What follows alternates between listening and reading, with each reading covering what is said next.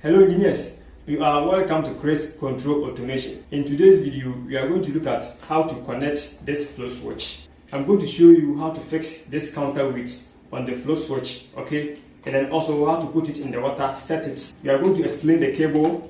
This float switch consists of 3 cables. So we are going to the tank side where I'm going to put the float switch in the tank, okay? And then fix the counterweight on the float switch. So let's go to the tank side and then you see the demonstration. So I'm going to use this tank for the demonstration, okay? So we are going to fix the counterweight on the float switch. We will put it in the water. We will set it at a point that we want the motor to stop. We have this plastic ring at this point. You can see inside. Then we have this end. We fix the cable into the counterweight at this side. So just put it inside.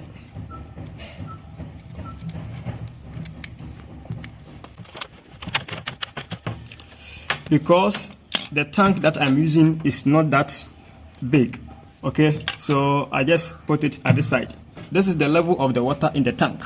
So I want the float switch to stop the pump when the water level reaches this point. All right, so now what I'll do is I'll make sure I will tie it to this point. You see that the counterweight will be at this point. Now let me use some cable to tie it, and then we test the cables.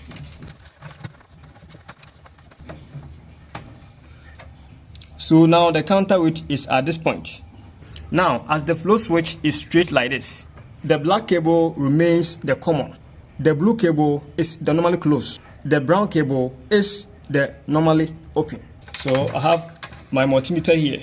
So I will attach the black cable to the black lead of the instrument. I will test the blue cable.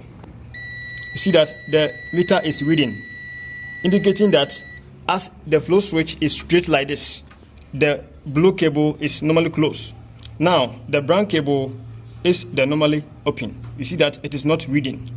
So this is how the float switch operates. Now I'm going to open the tap, and then the water would start to flow into the tank.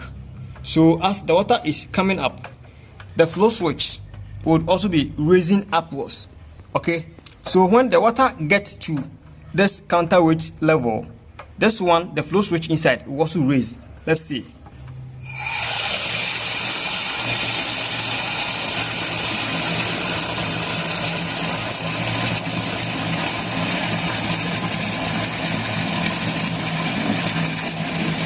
You see that the float switch is coming up.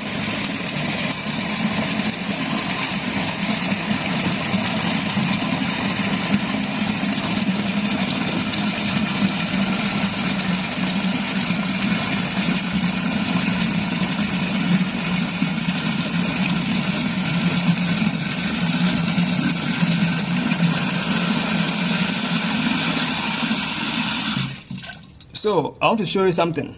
Now I'm going to tie the black cable to the instrument. This is the blue cable. See, now it is reading. So I'm opening the tap, okay?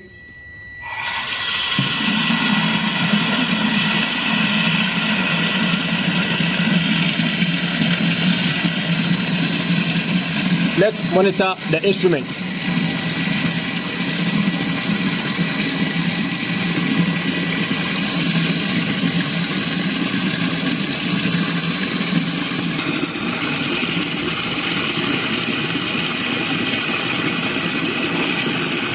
You see that? You see that stop.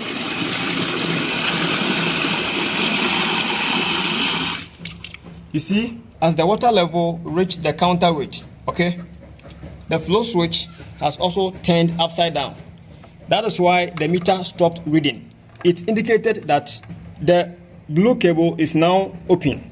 So when I test the brown cable, it will give us a reading. Let's see. You see from the meter?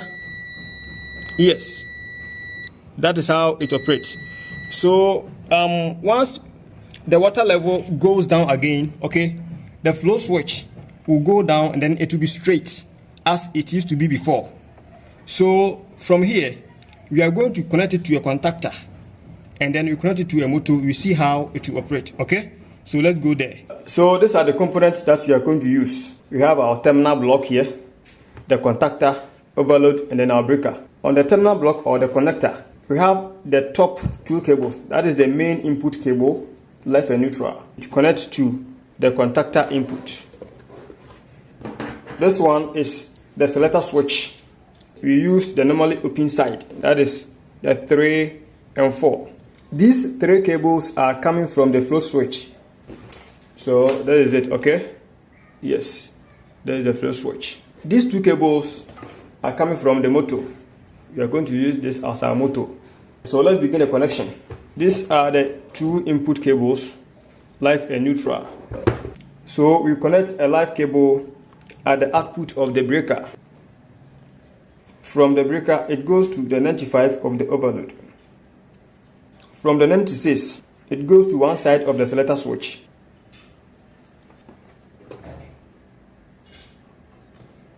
From the other side of the selector switch, it goes to A1 of the contactor.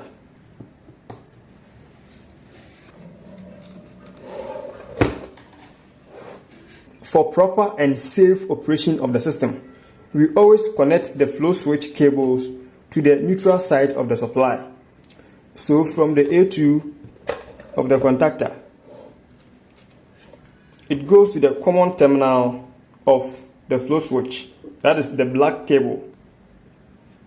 We are using the normally open side of the flow switch. That is the blue cable.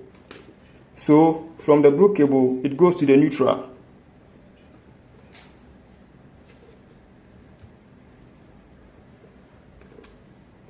I tapped live and neutral from the input of the breaker to the input of the contactor. From the output of the contactor, it connects to the motor terminals, these 2 cables. So it connects from the output of the overload since they are attached.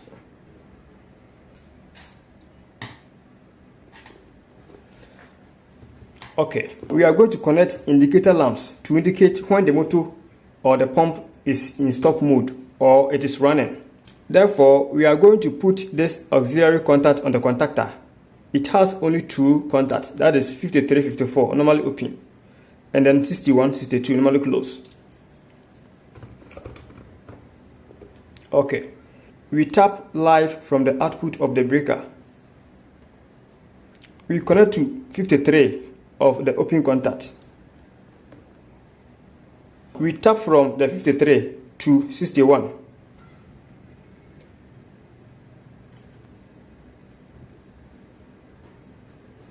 We connect the green lamp at terminal 54. Then we connect the red lamp at terminal 62.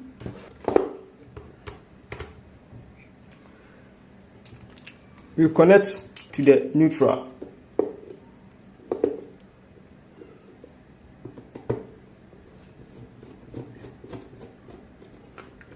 We are done with the wiring. So I'm explaining the diagram and then we test it. This is the main diagram. From the breaker output, it connects to 95 of the overload. From 96, it goes to one side of the selector switch on the terminal block. From the other side of the selector switch, it goes to A1 on the contactor. From the A2, it goes to one side of the flow switch on the terminal block. From the other side of the flow switch on the terminal block, it goes to the neutral cable. Now, the auxiliary contact. We tap from the output of the breaker to terminal 61 of K1. From terminal 62, it goes to terminal X1 of the red lamp. That is the off lamp. From X2, it goes to neutral. And then we tap from terminal 61 to terminal 53 of K1. And then 54 connected to terminal X1 on the run lamp. Terminal X2 connected to neutral. So this is the circuit diagram. All these dots that you are seeing means they are all connected from terminal block or connector block. Okay, this particular block. So let's operate the circuit. I'll turn on the main breaker. As I turn it on, the red lamp is on. This is because we use the normally closed section. So the moment you on the breaker, current will flow through, through this closed contact to turn on the off lamp. Because this side is connected through the open contact, it will only come on when the contactor is energized. We are going to position the flow switch in such a way that it will be hanging so that the blue cable will become normally closed. In that case, this contact will be closed. So the moment we on the selector switch, current to flow through to energize this contactor, and then the motor will begin to operate. As the water is coming up, it will be raising the flow switch. So the moment the water reaches the level of the counterweight, the flow switch will also turn upside down. Therefore, this contact is going to open, and then the contactor will de-energize. Let's see how it operates.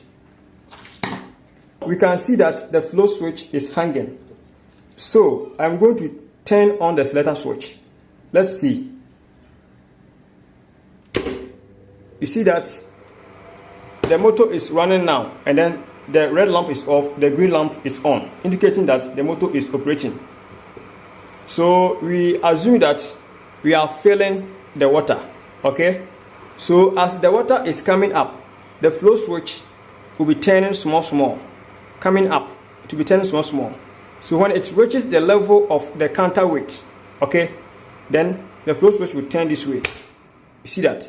And then the motor will turn off. You see, this off now. So when the water begins to go down again, and then the flow switch will also be going down again. So when it gets to the bottom of the tank, it will be hanging like this, and then it will start again. See that?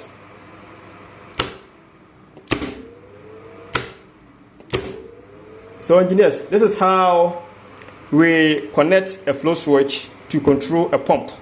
Okay? Yeah, if you enjoyed this video and then you are new to this channel, then I'll urge you that you subscribe to this channel. Okay? You hit on the subscribe button, and then you hit on the bell icon. You choose all to turn on your notification. Okay? And then you like the video. You put down your comments and you share the video to your friends. Okay? So we will meet in the next tutorial. Thank you.